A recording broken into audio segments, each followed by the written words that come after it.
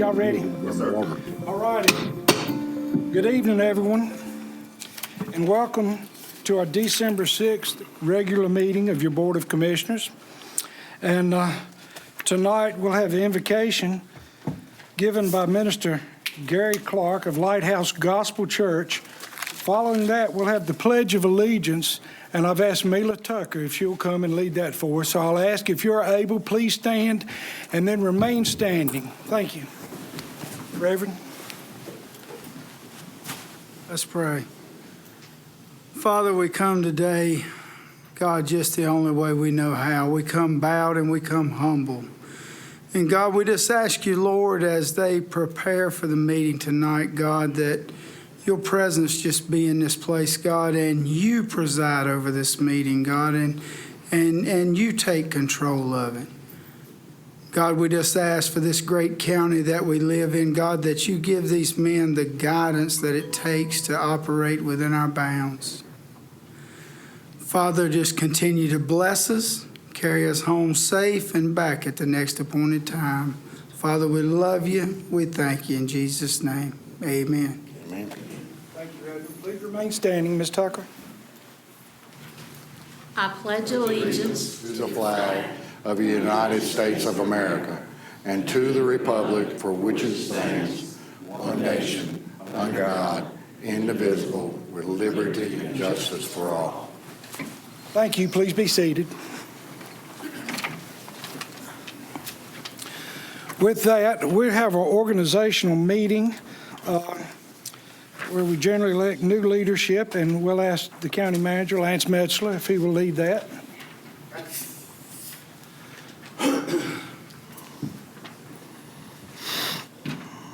One time of the year. Okay, I'll call the Rockingham County Board of Commissioners organizational meeting to order. The first order of business is to elect a chairman and a vice chairman to serve the Board of Commissioners. I will open the floor for nominations. Mr. Chair, I nominate Kevin Berger for chair and Mark Richardson. Mark Richardson. Yeah, that's the one I'm trying to say. Mark Richardson for vice chair. I'll second the motion. All those in favor say aye. Aye. All those opposed say nay. Okay, now I'll turn it over to Chairman Berger. He'll preside over the remaining meetings until another chairman is elected at a future organizational meeting. Congratulations, Kevin.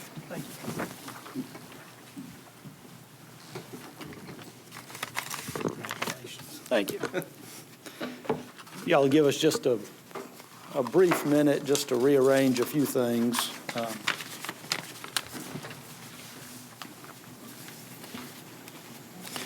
But the first thing we do want to do is Commissioner Hall has presided over this board for the last 12 months, and we certainly appreciate his leadership, his thoroughness, and his thoughtfulness in presiding over our meetings, and also keeping us up to date and handling everything that goes along with being the chair of the board. So, Charlie, it is a small token of appreciation, but I can guarantee you that we certainly thank you for everything that you've done over the past 12 months, and have a plaque to present to you. Thank you. Appreciate it. Thank you, folks. And I appreciate your support this past year. It's at times a challenge, but always an honor. Thank you. Thank you.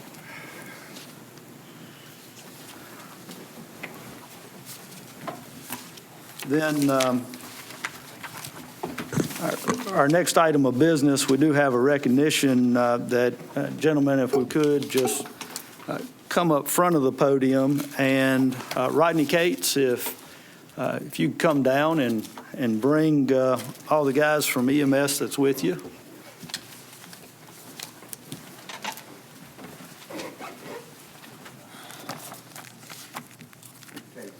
Come around up here.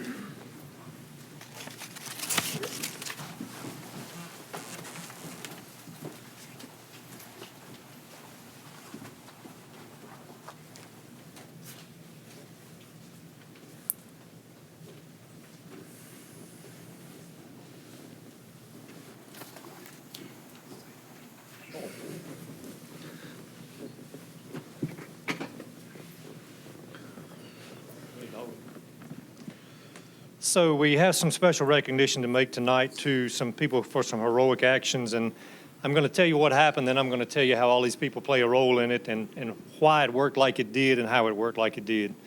In the early morning hours of 11/27/21, which was just about a week ago, Medic 2, who was Major Anthony Vick in our white shirt here, and EMT Joel Fullerton, this gentleman standing right here. The other members, some of them are not here. EMT Tristan Sparks is here. Logan Booth is actually on a truck tonight, and I'm assuming was not able to make it at this time. They responded to a call of a residential structure fire, and it was reported that one person was trapped inside of the residence. The Medic 2 crew, and they arrived on scene first, and the Medic 3 crew arrived there shortly after. But how does this happen? What, these two people in the blue shirts, how does this happen? How did they know to get there, and how did they know to get there quickly? Well, they know to get there quickly because of the work of a 911 telecommunicators, and how they process the call, the speed at which they process the call is how they get there. Miranda Anderson was the call taker. The person dialed 911, she actually answered the call. She's got 5 processes that she has to do. Number 1, she answers the phone, Rockingham County 911, what's the address of your emergency? So she can capture the address. By standards, her second statement is, give me your address again to make sure I have it correct. Her third thing is to say, tell me exactly what's going on. When she says, tell me exactly what's going on, she puts a nature code into the computer system, which then drops into a dispatch queue, of which Sean Farmer picks it up at that point to dispatch the call. So I don't know how long it took me to describe that to you, but it took them 17 seconds to do that night. From the time the 911 call came in until the first dispatch went out was 17 seconds. That's pretty quick. That's how lives are saved. That's how these people can get on scene and make those life-saving efforts. So tonight, as we go through this, Miranda Anderson, you are recognized for your outstanding achievement for your life-saving efforts that were displayed on 27 November 2021. Your certificate, Sean Farmer. Yours, which reads the same. And in emergency services, we give out life-saving tokens, and I think the county has something for you as well. For the people that have not seen these life-saving tokens, they start out as a flat line, which means no heartbeat, which means death. They turn it into the heartbeat or the EKG, which shows the heartbeat. So you took a situation which was potentially a deathly situation that night, and you turned it into a subject that's still alive today. So great job. So then what happens once they get on scene? Paramedic Anthony Vick, who is a major and a supervisor, he and Logan Booth, who is not here, they get on scene and they're able to visually make contact with the subject who was in the front room of the residence. The fire department was not on scene yet. They were on the way. They knew they had to make forcible entry into the residence. Paramedic Booth and Paramedic Vick then made forcible entry to remove the subject from inside of the burning home. Once they had him out, paramedic or EMT Fullerton and EMT Sparks assisted with the evacuation of the person that was inside the home to an area where care could be initiated for the people. There was already another person who had been trapped inside the fire. They had gotten themselves out, so we really have 2 patients at this time. Paramedic Booth and the other EMS members placed themselves in harm's way and undoubtedly saved the lives of the occupants. The fire was quickly engulfing the room in which the subject was located. Had EMS crews not taken the immediate action they did, the man would have certainly not survived. So, Major Anthony Vick, life-saving certificate. EMT Joel Fullerton, and EMT Tristan Sparks. And with those, your life-saving tokens as well.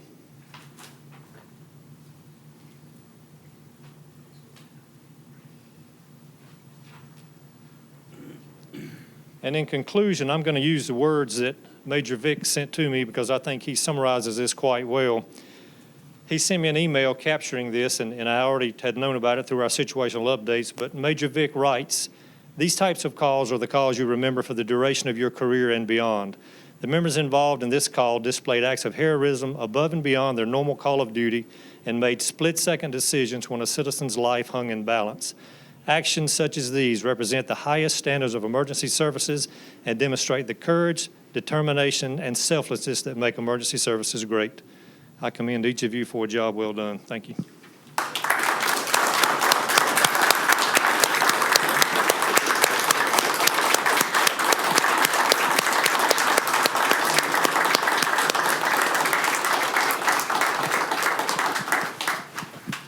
On behalf of your Board of Commissioners, we have an award as well, a certificate of recognition for Anthony Vick.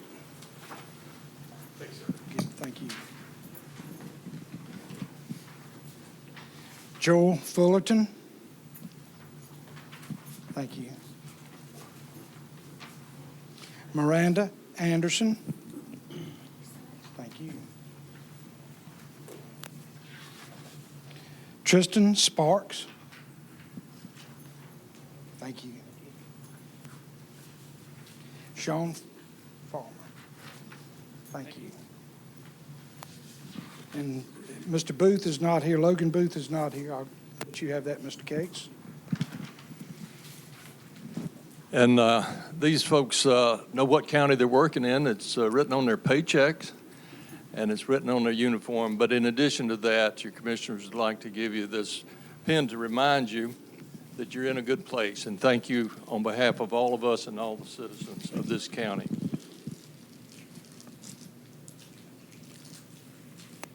Thank you. Appreciate it.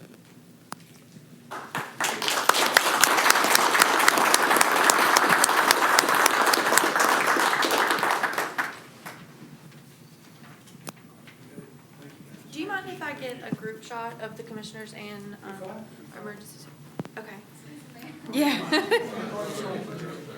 Perfect. Can we actually shift just a little bit? Yeah. Perfect. Thank y'all.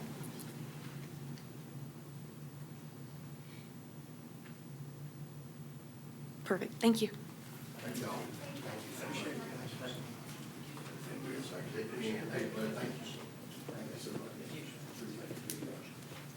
Take care. See you. See you, Anthony. Thanks, sir.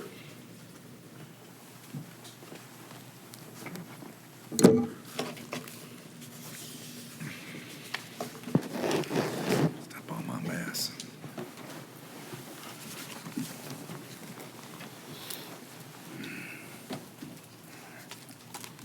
It's always nice to hear the wonderful stories of teamwork and how our folks are working together. So again, thank you for your hard work and your efforts.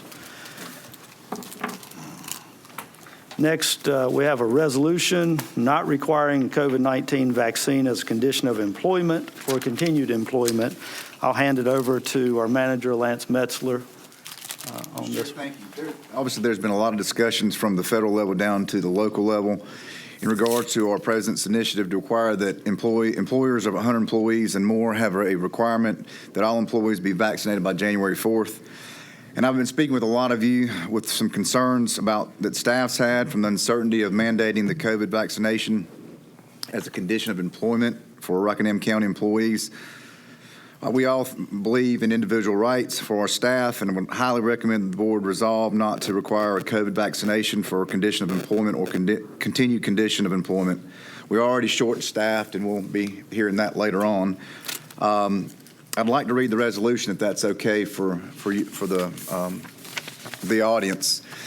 Whereas employees of Rockingham County and throughout the region are facing an unprecedented labor shortage, and whereas many businesses have reduced their hours of operation due to the inability to find enough people willing to work, and whereas additional regulations and requirements on businesses further hinders the ability to fill vacancies with capable employees, whereas Rockingham County government currently has 24 vacancies accounting for 4% of county positions, and whereas the health and safety of county employees and citizens is paramount to the Rockingham County Board of Commissioners, and whereas individuals and businesses are encouraged to implement policies and practices suitable for their business to reduce the spread of COVID-19, and whereas since December 2020, Rockingham County government has implemented measures to reduce the spread of COVID-19, and whereas every citizen desiring to be vaccinated against COVID-19 is encouraged to be vaccinated, and whereas every citizen desiring to rely on natural antibodies for protection against COVID-19 has that right to rely on natural antibodies. And whereas the Rockingham County Board of Commissioners believes citizens' health records are private unless the individual elects to disclose personal information. Now, therefore, be it resolved by the Rockingham County Board of Commissioners as follows. The Rockingham County Board of Commissioners encourage employees and citizens to take measures to protect themselves and others from COVID-19. The Rockingham County Board of Commissioners will not require a COVID-19 vaccination as a condition of employment or continuing employment for Rockingham County. The Rockingham County Board of Commissioners continues to encourage businesses in Rockingham County to implement measures suitable for their respective business to help reduce the spread of the COVID-19 virus. The Rockingham County Board of Commissioners will continue to encourage citizens to take steps to help reduce the spread of COVID-19.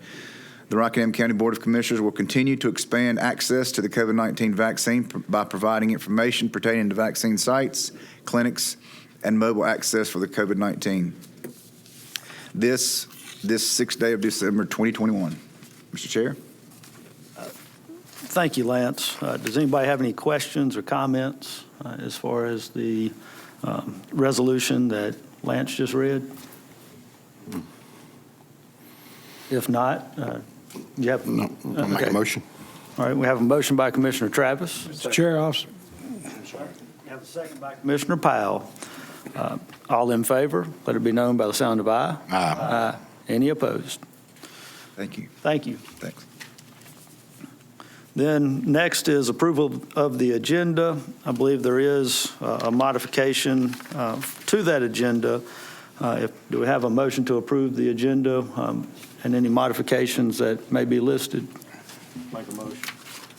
Motion by Commissioner Powell, is that with modification? Yes, sir. Okay. I believe that modification is under closed session to consult with attorney and remove 11B off of the agenda. Is that correct? Yeah. That is correct. Okay. Motion by Commissioner Powell. Do I have a second? a second. Second by Commissioner Hall. All in favor? Aye. Aye. Any opposed? Next is the consent agenda. Ladies and gentlemen, the items on the consent agenda are non-controversial. If you have any questions as far as the items listed under the consent agenda, please contact our county manager to get additional information. Does anybody have any items they'd like to have removed from the consent agenda? If not, do we have a motion to approve the consent agenda? So move. Motion by Commissioner Hall, Second. second by Commissioner Richardson. All in favor? Aye. Any opposed? Next is the public comment period. We have no one signed up for public comment as far as on this part of the agenda. And item 10, public hearings. Mr. Marziano, if you'll come down. We do have an item under public hearings, and the floor is yours. Thank y'all very much. There it is. What we have for you this evening is a request for a rezoning case number 2021-23. This is a zoning map amendment to rezone 3 large tracts of land from residential agricultural to residential mixed. These are located in our intensive growth sector coming up 220 Highway 73, known as off of Bennett Farm Road and off of Price Farm Roads. They're located between the Huntsville and the New Bethel townships. It's a straight rezoning, not a conditional rezoning, so all uses in that in the RM district need to be considered when looking at this potential rezoning. The planning board did vote unanimously to recommend approval. This is a very tight vicinity map. You can see it down there in the southwestern corner of the county. Here in the striped sections, you'll see east of 220 and west of 220, we have 3 parcels. One of those parcels looks like there's a road dividing it, but it's still part of the same tract. A better shot with the aerial. And from our land use map, you'll see that this is in our heavy growth sector.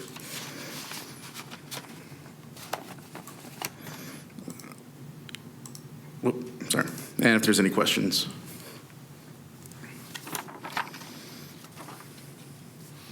I got a question. Okay. Commissioner Travis. Question I have is, do we have our county water there? This will be served by water and sewer. Okay, so we have county water and sewer there? Yes. One of the conditions, the reason it's going to residential mixed, is the plan proposal there. We do require it to, in order to have water sewer, to go to RM.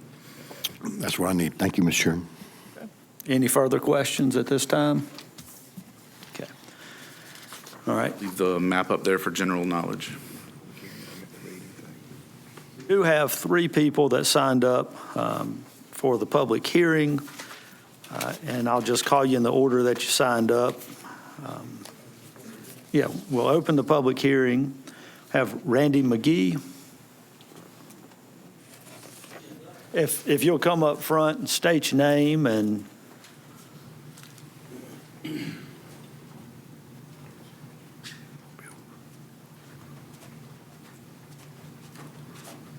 how y'all doing? All right, Randy McGee's my name. the floor is yours, Mr. McGee. You signed up to speak, looks like against this rezoning request. Well, I ain't against no growth, nothing like that. It's just that my family grew up here all their life and raised that farm, be Iowas and everything. And now they want to put 50-foot lots down my driveway all the way from Griffin Road all the way to the creek. 50-foot lots. My dog lot's bigger than that. I mean, I'm sorry, it is. I just want to understand why it can't be like acre lots, 200-foot lots. That'd be different. But 50-foot lot, that's just waiting for slum housing, ain't it? You can't turn a trailer sideways without setbacks on the property line. I was a surveyor for state for 35 years. I know about that. I just so disgusted with that part. That's the only part I'm bad about. I know things are going to go on, times are going to change, and they're going to build somewhere. I know they are.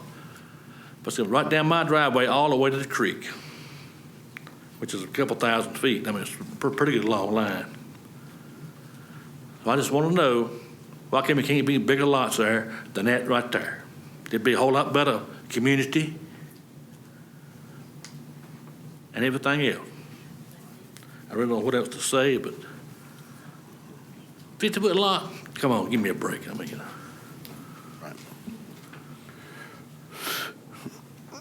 I'm glad David Bennett ain't allowed to see this. He'd be going,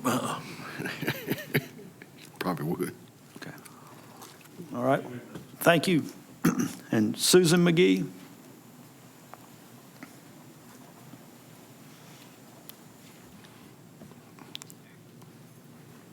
Yeah, down our driveway. If I've counted correctly, there's... Miss McGee, if I could just interrupt you briefly. If you could just state your name. Oh, okay. For the Susan record. McGee.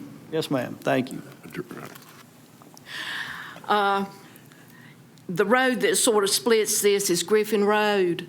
And just on Griffin Road alone, if I've counted correctly, there's going to be 176 lots on our side. And then on the other side of Griffin Road, it appears to be 102 lots. So you're talking about 278 houses right there. We've already had problems with runoff from Collybrook into Jacobs Creek. And I'm also concerned about all the cars that'll be going up and down Griffin Road, which is just a little 2-lane road. So that's our main concern right there. Thank you, Ms. McGee. And next, Ron Hoff. Ron, what? Come up, state your name, Mr. Hoff, that way, just for the record. Ron Hoff. We have some concerns as a neighbor on Griffin Road also. The land does not border me. We've lived there 20-some years. But the traffic problem, I believe, is going to be a problem. If I'm not mistaken, 400 houses. If you figure 400 houses, and I don't know how much these houses are going to be, but it's probably going to be working income families. 2 cars per house. That's 800 cars. How are they going to get to Greensboro? If you go down 220, you have to make a U-turn. You already know that's a dangerous place. So everybody's going to be coming down Griffin Road. We already have a development going in on Gold Hill Road that everybody's going to be using Griffin Road for. It's going to be problems. Just like with the McGees, I do have some concerns with the lot sizes. I don't own a lot of land, but 50 foot is pretty narrow. I would like to see some promise of what's coming in, some guarantees. I know we went to the meeting the other day from 4:30 to 5:30, and didn't really get a whole lot out of it. I was told around about what houses were going to run for, but as a neighbor, I don't want to see our land values go down. We've got some good neighbors on Griffin Road, and it's I don't know what's going to happen with a 50-foot lot. That's a lot of traffic, a lot of noise, and the area is just not set up for that. 220 is bad anyway. So you can't. There's been multiple wrecks there from people in that area doing U-turns and stuff, and it's going to be a nightmare. So I would like to, just voice our concerns over the amount and the size. Collybrook is a nice development at End Road, and I don't have a problem with the development. It brings my land values up as long as it's a nice development.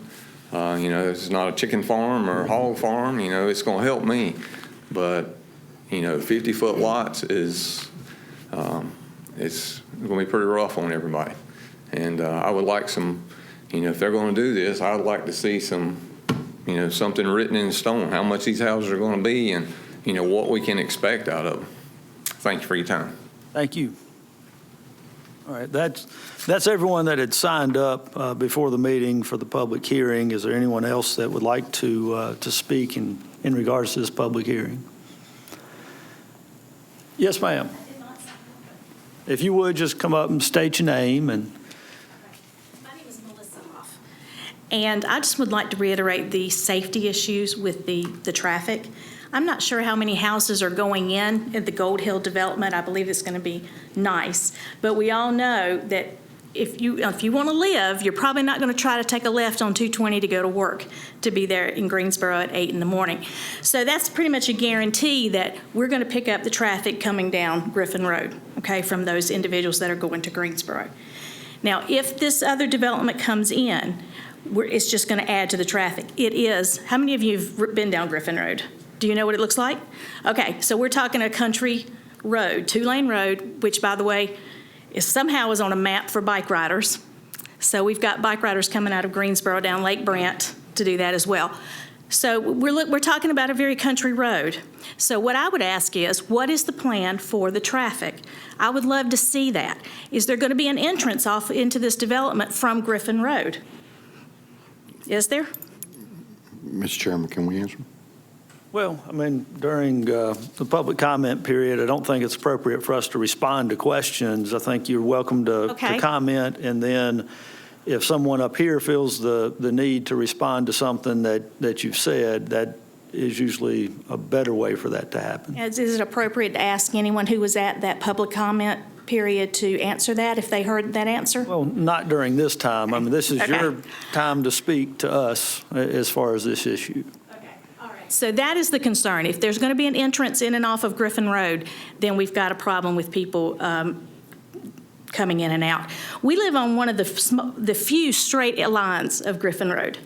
And you know that because you can hear people speed up, you know, as they come by our house. We've had 3 accidents in the last few years. We had a young lady who lost control on that straightaway, went into the trees. We had someone last winter, a young guy, lost control, went through our yard. And then we had, I thought I had one more. I don't remember which one it is, but we've had 3 accidents in front of, oh, I know what, a tree fell and a lady hit it.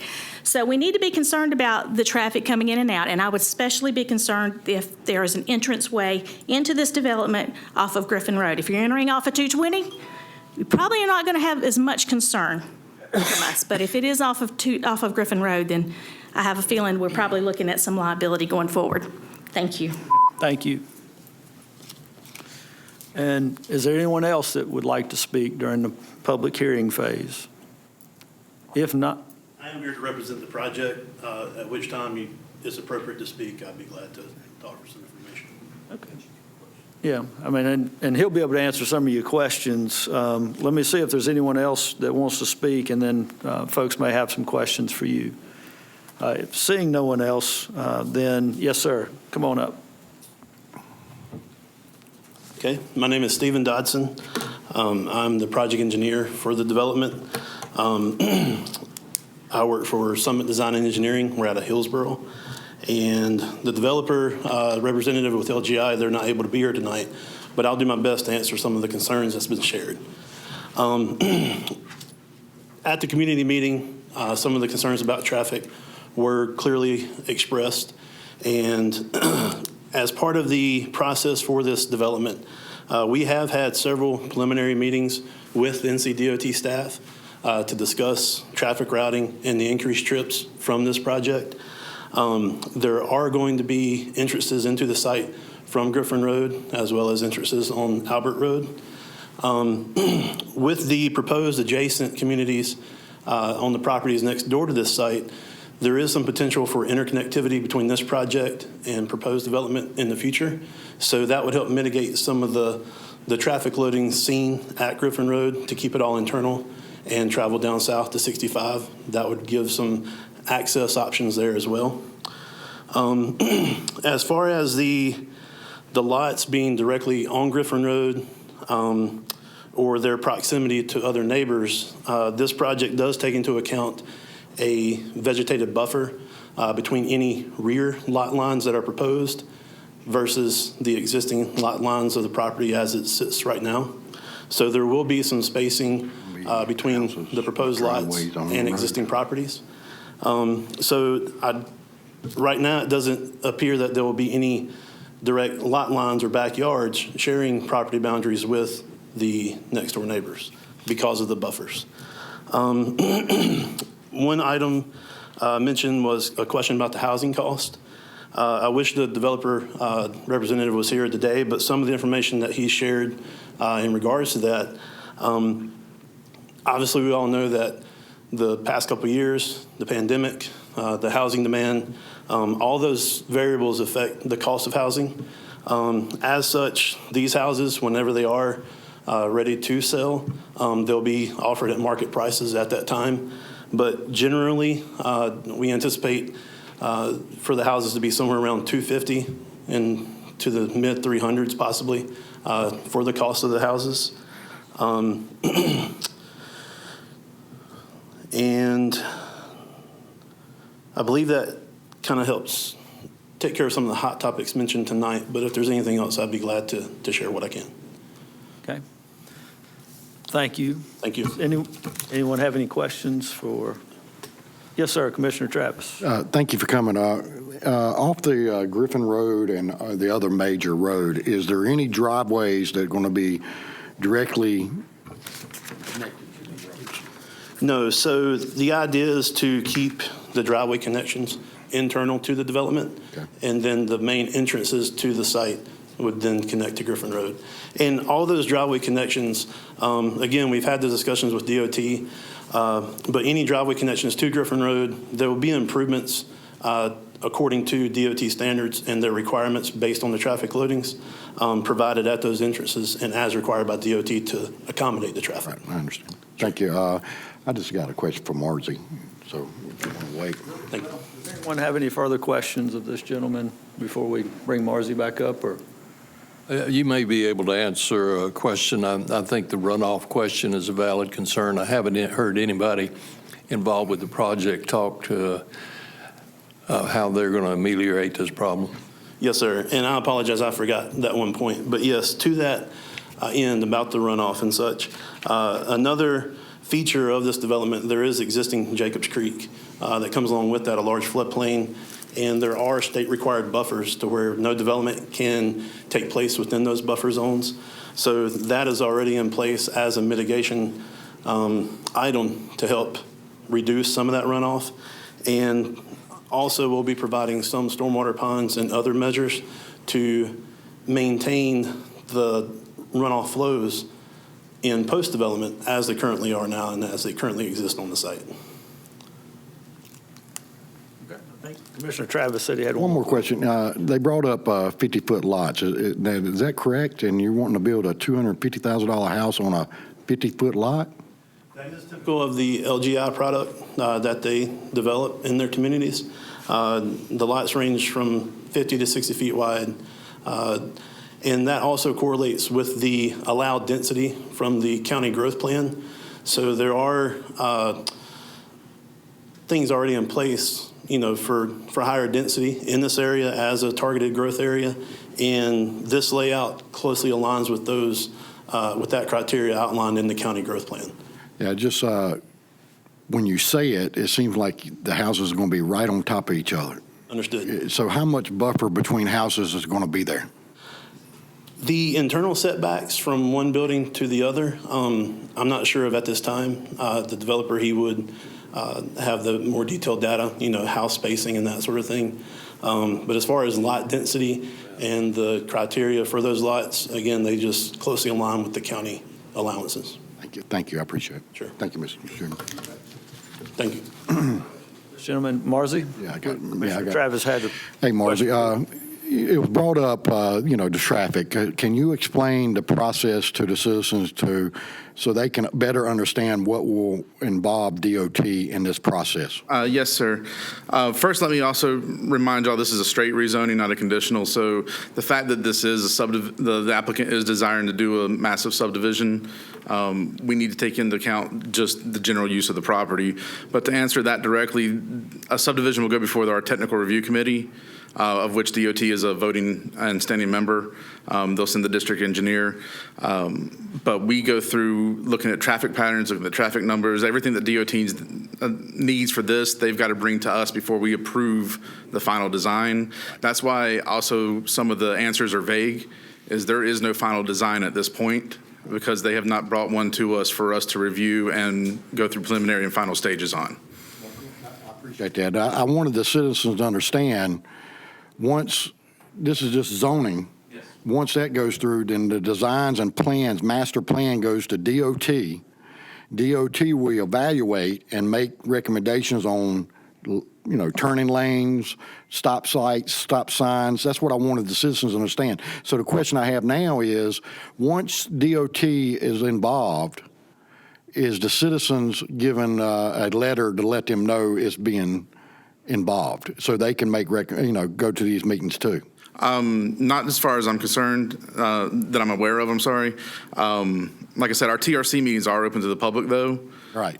So they can come and review those at that time, but I'm not aware of the internal meetings with DOT being open to the public. Can you But I can check with Jason, see if they have any kind of public comment period for this size of a development to see if that's available. Can you make sure the citizens like Mr. and Mrs. McGee and Mr. and Mrs. Hobbs have that information when you have your TR meeting?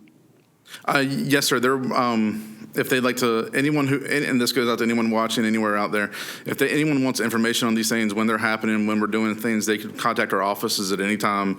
Our email address, phone numbers, everything's on our website. But we'll be happy to sit down and discuss anything as it's proceeding, with the caveat that until it's a final design, things are subject to change until finalized. But yeah, we'll answer anything. And if anyone wants to be on a quote unquote sunshine list, I got no problem putting their name into the email. So they just need to contact you to be on the sunshine list. Just let me or Lynn Cochran know. Thank you, Mark. Thank you, Mr. Chairman.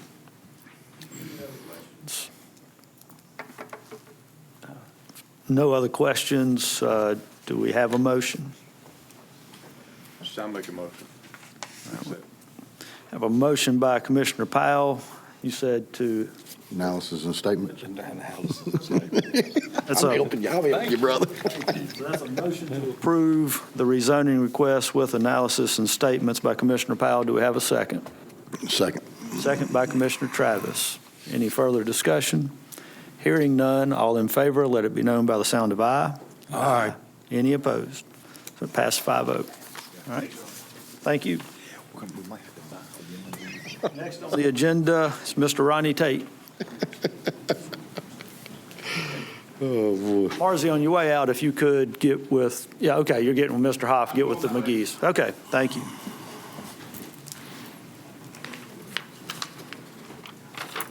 Tate.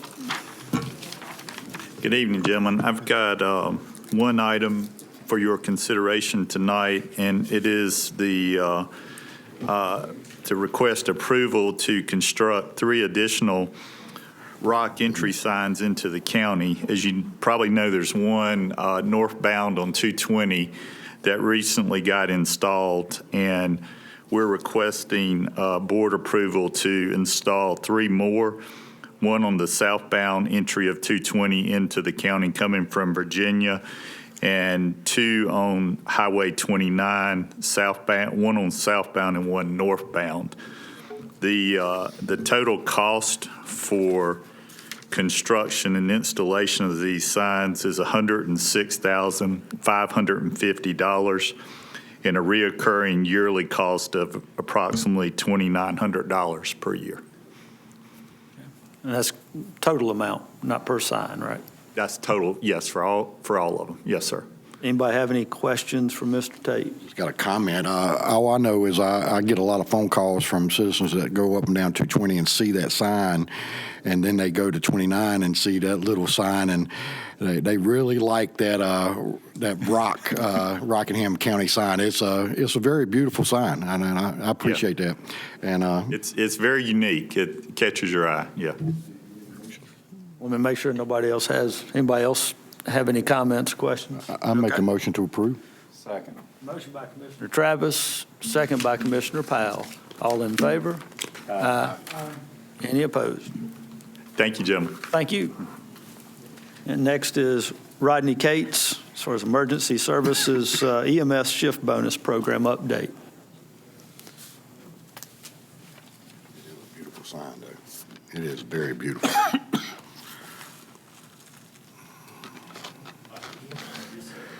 Back on September the 25th, actually the meeting we were here, September 20th, you all approved, and in the ARPA EMS bonus program, $30,000 was approved where we paid our members that picked up additional shifts, and those additional shifts were necessary for the basic operation of our service.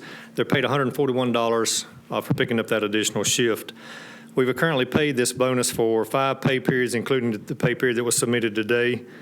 When we did this and we brought this plan to you before, we only could project what we thought it would cost. We didn't have any baseline to work off of. We projected this program to cost us $4,855.92 per pay period. And looking at the 5 pay periods that we've paid out, we're averaging $5,499 per pay period, which is a difference of $643.08. We were fearful that this was going to happen again. We didn't have a baseline to work off of. We only had projections. So when we made the presentation back in September, I made the comment, once members are incentivized to volunteer for these extra shifts, these figures could increase as we have not been able to fill all vacant positions on the EMS units through members who are volunteering for extra shifts.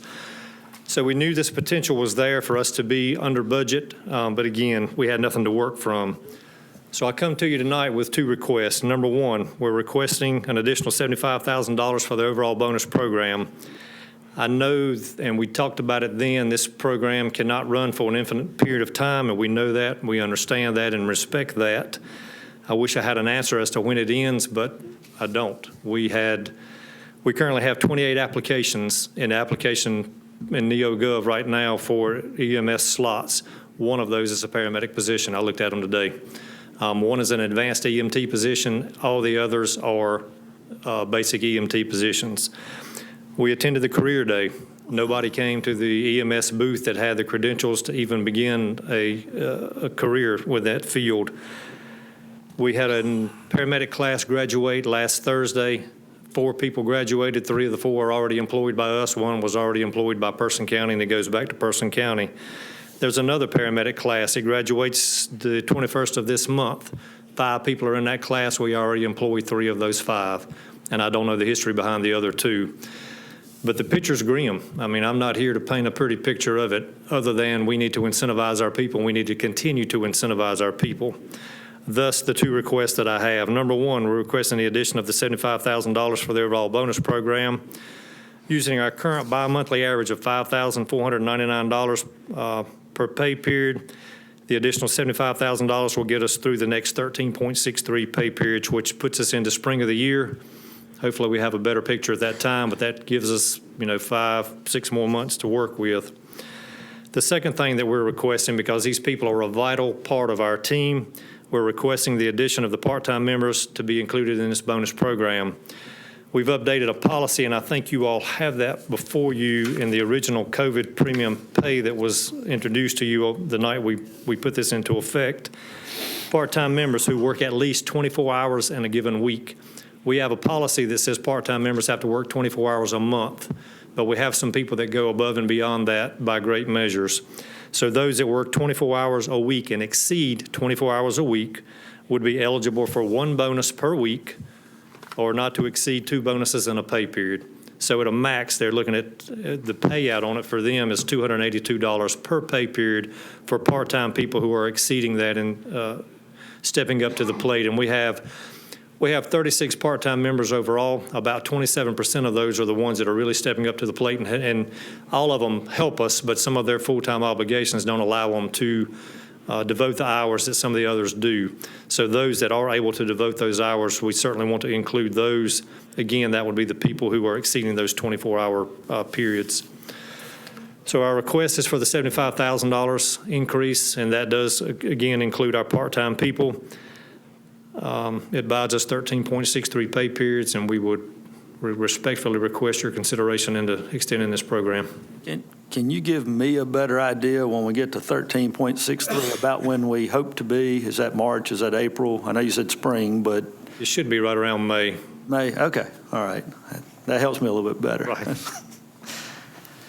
All right, does anybody have any questions for Commissioner Travis? Rodney, I appreciate you. I know you've been on some trucks yourself. We got a major problem going on, and I appreciate you and your staff, supervisors, and doing what they need to do to help out. Especially appreciate your 911 and EMS groups. But my biggest concern right now is burnout. I know a lot of them are working a lot of shifts. And to me, I really think, what is it, $150 they get for working a double shift? It's budgeted at $141, and that's so that they actually get the 100. The 41 takes care of the taxes and everything that comes out of it. I know you wasn't here before we did this, but at one time we were working 24-hour shifts. And about 6-7 years ago, we switched that to 12-hour shifts in the fear of that burnout. I'm scared we're getting right to that point again of that burnout. So do we need to go back to 24-hour shifts to get through this, or are we in fear of that burnout happening? Because, when people get burned out, they get tired and accidents happen. And I think burnout is certainly something we have to look at. 24-hour shifts, there's much literature out there on 24-hour shifts of the dangers of 24-hour shifts. Yeah. Once you pass a 12-hour threshold, your attention to detail, and you're driving vehicles, you're pushing narcotics that can sustain life or take a life. I don't think 24-hour shifts is the answer to it. I do think burnout is a concern and something we need to continue to address, and we've seen that. I think that's why when we started this process, we saw our pay period totals at $7,400, $7,300. We've seen it taper back off to the $4,000, $4,300 range. I think that's people observing their own selves that, hey, we're working a lot. We are compensating them for that effort, but that does not take into account how much they're working, and they're working a lot. All of us are. Right. But, I think our role at this time is to reward those people for that. It doesn't take away that they're potentially getting burned out, but I don't know that there's an answer for the burnout right now. Well, I definitely agree that we need to compensate and show our appreciation to what they're doing, because they're helping the county and the citizens out for what they're doing. But, I'm hoping we're emphasizing on our supervisors to be mindful, be looking at fatigue. I definitely don't want an EMS truck running off the road because somebody fell asleep. I'm very concerned about that. Now, that was our concern 6-7 years ago. That's why we did this. So, I'm hoping you definitely talk to your supervisors to be mindful of that. And if someone's tired, send them home. If we're down an EMS, we're down an EMS. It just happens. So I hope you agree with me. I do 100%. And this, too, leads right into our part-time people and the role that they play in being able to give these full-time people some time off when that develops. And it doesn't always develop. I'm not here to tell you that every part-time person is able to relieve a full-time person, for an entire shift. But they do play a critical role in doing that, and I think that's why it's important that we include them in this program as well. Well, I agree, because you can include them. They might stay and take over for a full-timer, give them a break. So I'm definitely in favor for this. Okay. Thank you, Mr. Chairman. Thank you. Any other questions? I got one. Commissioner Powell? Mr. Cates, when you started this, we wasn't sure that this was going to be the answer for the short term. Do you feel like this is appropriate and that this is working as you had designed it to? It is helping. It's helped a great deal. To go off Commissioner Travis's comments, burnout is certainly a problem because people are working. People, they like that extra money in their pocket, but at the same time, they're working a lot. They're putting a lot of hours in. So that is a concern, a great concern. But service-wise and coverage-wise, this has helped a great deal. Yes, sir. Any other questions? Mr. Manager, do you support this request? Absolutely. I move approval of the first part of the request having to do with the $75,000 as a budgetary measure. Yeah, I do believe that this is a two-part. You've got a budget. There's actually there's three things tied to this. One is to approve the amendment to the premium pay policy. The other is to approve the grant ordinance, and the final is to approve the budget revision. So you can do all three of those together or individually. I can make a motion for all three of them. Well, hold on. We've got a motion on the floor to start with, so let's, so what I'm hearing is a motion to approve the budgeting of $75,000 from Commissioner Richardson. I second that. Okay, got a motion by Commissioner Richardson, second by Commissioner Travis. All in favor, let it be known by the sound of aye. Aye. Any opposed? Okay, so that part is complete. And then you said the amendment to the premium pay policy and the approval of the grant project ordinance. Can I do a motion at once? Excuse me? Well, you're talking about the part-time, that's the amendment to the policy, is that right? The 75,000 you guys, yes, I'm sorry, the policy includes the part-time, yes, sir. Okay. All right, and then the third part. The grant. Okay. The grant project ordinance, it looks like this, it Okay. ties All into right. what he. Page. Yes, I got it. Mr. Chairman, can I make a motion Yes, sir. on both of them? I approve both the grant and the policy Pay change. policy. Motion by Commissioner Travis to amend the policy as far as the pay policy, and then also the ordinance, the grant. So we've got a motion by Commissioner Travis, second by Commissioner Hall. All in favor? Aye. Aye. Any opposed? Okay. All right. Thank you. Mr. Chair, and the last thing that you have this in front of you, it's a budget revision, and after us working on the one-time budget for the staff members, we reduced the amount of county contributions and increased the amount of ARPA funding in the amount of $43,000, so you all would have to approve that budget revision. Motion by Commissioner Richardson, second by Commissioner Powell. All in favor? Aye. All right, thank you. Hey, thanks, Rodney. Do we have any new business? No, sir. Okay. Commissioner comments, we'll start with Commissioner Travis. Thank you, Mr. Chairman. I'd like to thank everybody for being here. I want to take a minute to let you know we've got about 165 foster kids in Rockingham County. And it's a shame that we start thinking about this during the holidays, but these are children of Rockingham County. And I want to get some information out there for people to help with those children. You know, they deserve to have a Christmas too.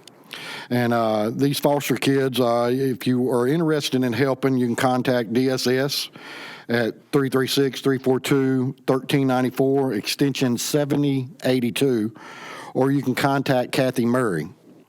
Now, be mindful that not only do we take care of foster kids, but we also have foster adults that probably need a little help too.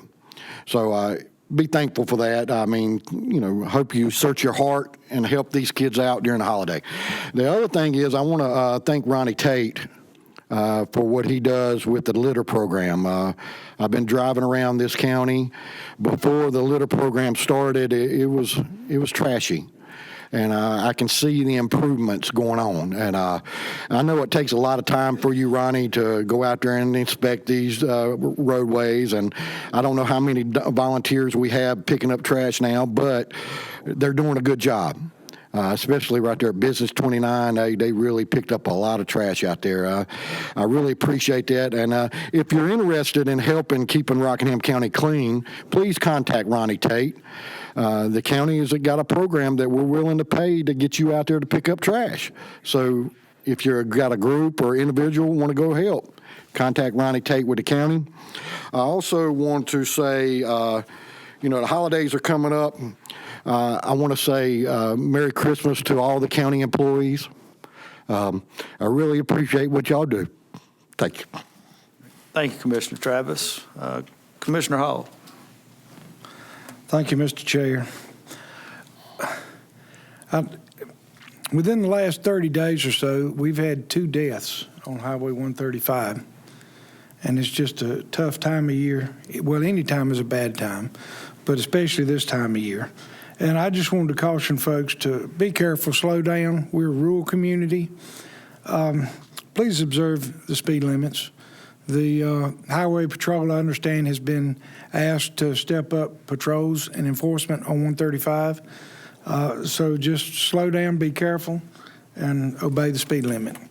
And on a lighter note, Merry Christmas, everyone. Have a great holiday, and we'll see you guys next year. Mr. Chair.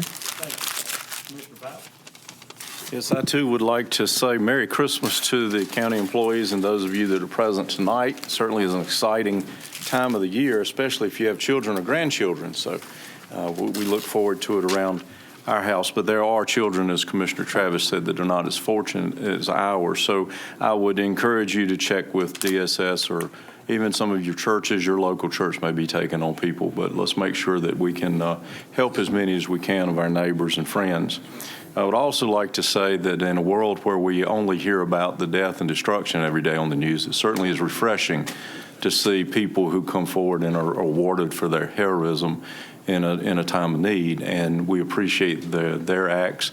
Mr. Case, we appreciate you. You run a good department, as does all of our department heads. But we are truly grateful for their work that night, and we're very proud of our EMS and all of our emergency services personnel. And once again, Merry Christmas to you. Thank you, Commissioner Powell. Commissioner Richardson. First of all, I'd like to recognize officials and distinguished citizens of Rockingham County. Sheriff Sam Page, I believe, has left, but he was in attendance earlier. And I'd recognize Diane Parnell, who represents the chairmanship of the Republican Party of Rockingham County. I'd like to thank all the staff for a great year. Felissa, you've had a tremendous burden on you, especially with the transition from Cardinal to Sand Hill. Rodney, we've heard about what you and your staff are doing. I think I see our Health and Human Services guy back there hiding behind you. And Mr. Marziano, what a pleasure to have you on our staff. Ronnie, you seem to be involved in everything. For the most part, for good reasons, and we appreciate all that you've done, and we hope we can look forward to another beneficial year. And particularly like to recognize the EMS staff, to which we accorded some honors a little bit earlier, and it's almost a daily thing that they do something to save lives. I want to cover a mess up that I made. About 3 meetings ago, I talked about losing 2 of 3 100-year-old veterans, World War II veterans, which was indeed so. But also, there was another veteran, and I should have known this. This is Fletcher Wainick's dad, died at 101. In September. He served in the Navy in the Pacific during World War II, and we lost him in September of this year. And to my knowledge, and I would be welcome to be corrected if somebody knows. Riley Rankin is our only surviving 100-year-plus veteran within the county.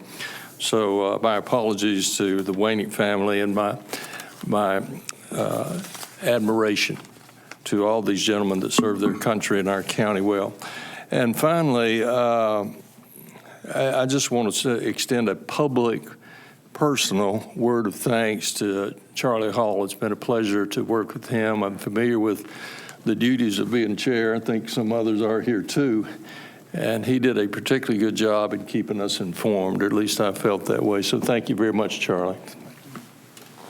Thank you, Commissioner Richardson, and I certainly echo a number of the comments that have been made by my fellow commissioners, the EMS staff, and everything that those guys did a week ago. That's tremendous work, tremendous teamwork.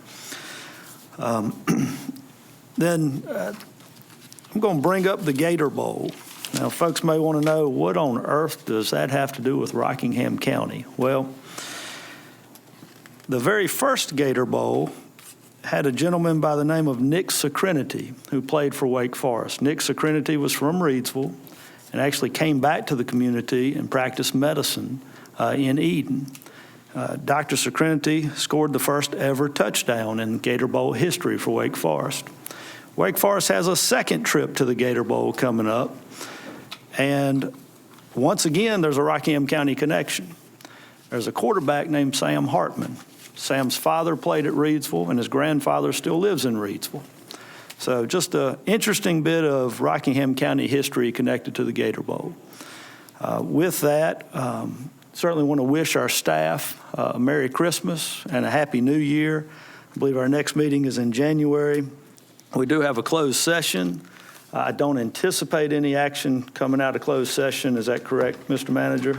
As far as Potentially one. Yes, sir. okay, there may be something out of closed session, so if you want to stick around, feel free to do so.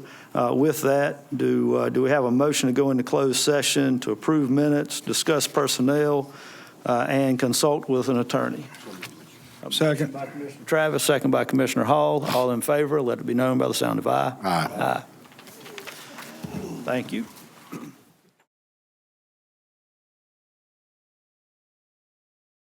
Come on, get up here. I got it wrote down. Good. I'm ready. Okay. All right, we're back in open session. We've finished closed session. I believe there's one item of business. You want me You want him to read it, or do you want to read it? I was just going to make the motion.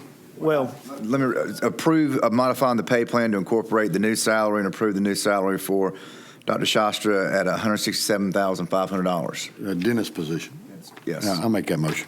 motion by Commissioner Travis, Second. second by Commissioner Powell. All in favor? Aye. Any opposed?